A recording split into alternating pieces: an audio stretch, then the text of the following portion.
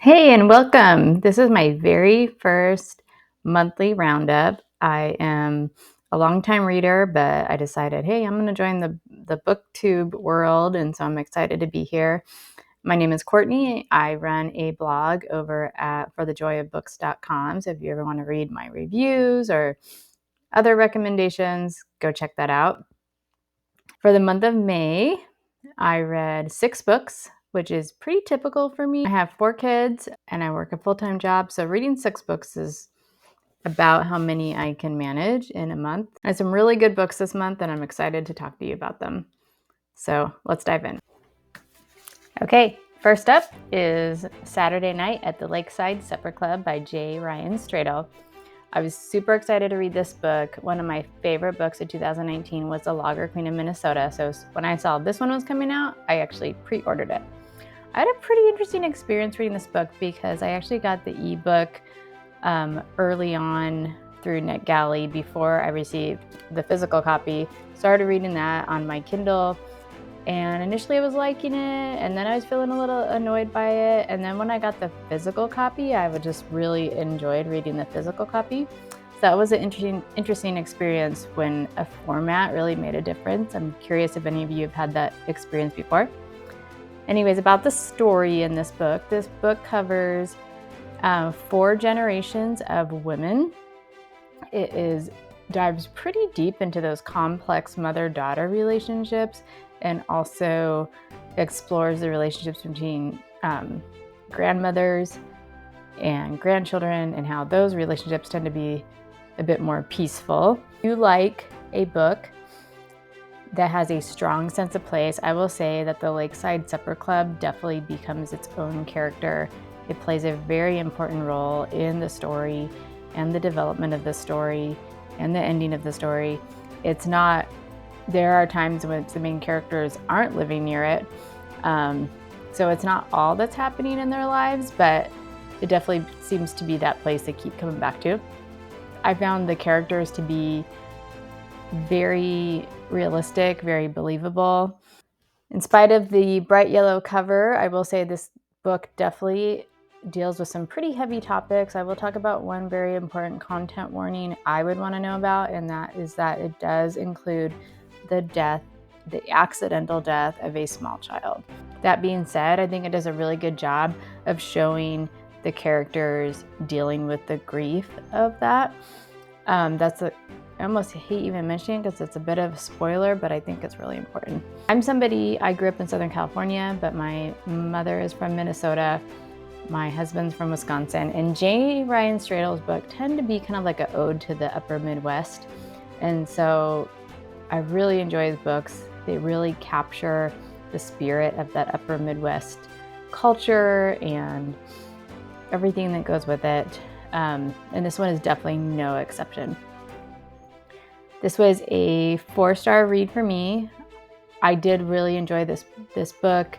That being said, if I had to choose between this and The Lager Queen of Minnesota, The Lager Queen of Minnesota was definitely my favorite between the two of these. That being said, this is a great book. Okay, next up is Take My Hand by Dolan Perkins Valdez. Now, this is one of those books I think everybody should read. My guess is you don't know this story. I didn't know anything about this story when I read it. This is a historical fiction novel that takes place in the 1970s, and it tells the story of a time in which the federal government was funding the sterilization of young girls, including young Black girls. And it turned out that parents of the young Black girls were being manipulated into so-called consenting to having their daughters sterilized because they didn't really understand what was happening, partly because the clinics that were advocating for the sterilization would sometimes trick them, would sometimes make them believe something else was going on, or they were illiterate. And these clinics really took advantage of that. The story is told through the lens of a young Black nurse that is fresh out of nursing school. She comes from an upper middle class family. Her father was a doctor, and she gets her very first job fresh out of nursing school at a family planning clinic. And right away, she's assigned to go give Depo-Provera shots to young girls. She is shocked to find out that these shots are being given to girls that are as young as 11 years old and 13 years old. And when she meets them, she finds that they're living in deep, deep poverty. So she sort of makes it her mission to help these girls out. And the story is the unfolding of that. This also explores different topics having to do with family planning, whether you're pro-choice or pro-life. I think you'll find it interesting. I am definitely pro-life, and there were some statements in there that I think seemed a little bit conflicting. For example, at one point, the author says, you know, there's no such thing as an unwanted child, but there are unwanted pregnancies. And to me, that seemed like a little bit of a word game. If I were to change one thing about this book, it would definitely be that I think the author focuses almost too much on the narrator. There are some interesting stuff going on in her life, but I would have liked to learn more about what happened to these girls. The truth is, the girls that she is talking about in the book are still alive, and I'm sure there's more stuff that we could have learned about them. That'd be my one thing. If you're in a in-person book club or online book club, I think this would make a great book club pick, because there are a lot of different things you could discuss about this book. So this is Take My Hand by Dylan Perkins Valdez, and I'm gonna give this book 4 stars. Okay, next up is Me Before You by Jojo Moyes. I think that's how you say her last name. This book came out more than 10 years ago in 2012, so maybe you've read this book. I'd love to hear what your opinion is on it. I will say that the ending of this book really surprised me. Some people think it's predictable, but I had a different idea of how it was gonna turn out. But I thought this was really interesting. I also think this one explores some interesting topics that have to do with what gives life value, right? This book explores the story of 2 characters, a young woman named Louisa Clark, who is looking for a job, and she gets a job taking care of a man who is a quadriplegic. So you can already tell there's going to be some complex stuff going on there. I actually thought it was really good. I really like that flawed character trope in books where you kind of see them starting out sort of lost, without direction, kind of confused. And so this book shows the main character going through a journey where she starts to have purpose in her life, and you really start rooting for her. You also get to see, really evaluate, when somebody is dealing with something like quadriplegia, what that, is like for them, how you can try to be happy in that situation despite the discomforts and that kind of thing. It'll definitely pull at your heartstrings for sure. If you read this book, I'd love to hear what you thought of it. I really enjoyed this book. This was a 4-star read for me.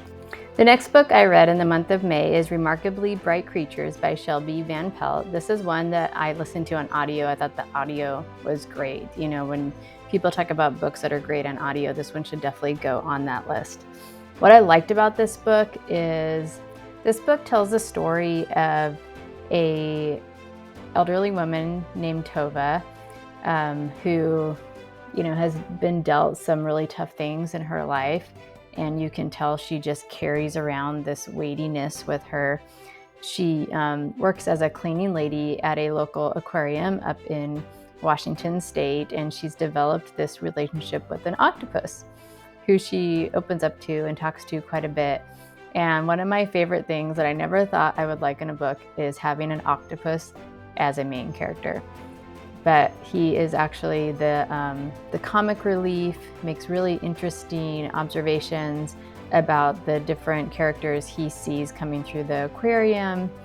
And this is definitely, I would put this book in the category of found family. I love found family stories. And if you like found family stories, you will definitely enjoy this book. This book also gave me vibes of a man called Uwe. So if that's a book you liked, then this one is also for you. Remarkably Bright Creatures was a 5-star read for me. Okay, next up is Surviving Savannah by Patty Callahan Henry. This was my first Patty Callahan Henry. I will definitely be reading more because I've heard really good things about her books. In fact, I already have a couple on my shelf that I plan to read. Surviving Savannah tells the story of the steamboat Pulaski, which I knew nothing about, but it's known as the Southern Titanic. So it sank off the coast of Georgia. I want to say in the 1820s, but don't quote me on that. But it was while slavery was still legal. So that's definitely a topic that is explored in this book. I really enjoyed learning about this story. I learned a lot about how boats that were made back then were not very reliable. And there was a history of boats sinking, and that's something we don't really think about these days because it's not that common, but back then it was. While I really liked the main historical story, if there's one thing I would change, sometimes historical fiction books will be told through the lens of a modern character, which I think is totally fine. Sometimes you need something like that to sort of set it up. But I felt like it focused a little too much on the modern character, and I would have liked it better if it had stuck more with the historical characters. For the reason, this was a 3-star read for me. Okay, last but not least, I did read one nonfiction book this month, and that is Reason for God by Tim Keller. So interestingly enough, I finished this book on May 13th, and Tim Keller actually died in May, on May 19th. I know this is, I think, one of his most popular books. It's been out for quite a while. It's been out since 2008. This has kind of been on my TBR for a long time. I definitely think this book, okay, so if you don't know anything about Tim Keller, Tim Keller started a church in Manhattan in the late 80s. So if you could imagine being a pastor in Manhattan, you probably deal with a lot of skeptics. And I see this book as sort of being a result of that. So if you're somebody who is skeptical of Christianity, but willing to learn more, you want to understand good arguments for why Christianity may be a religion you should consider, I think this is a really good book to read. He definitely deals with a lot of the big questions I think people have. And I really enjoyed this book. In fact, I definitely want to reread it. And that's what I read in May. I'd love to hear about what you read. Have you read any of these books? What do you think of them? Please let me know in the comments below.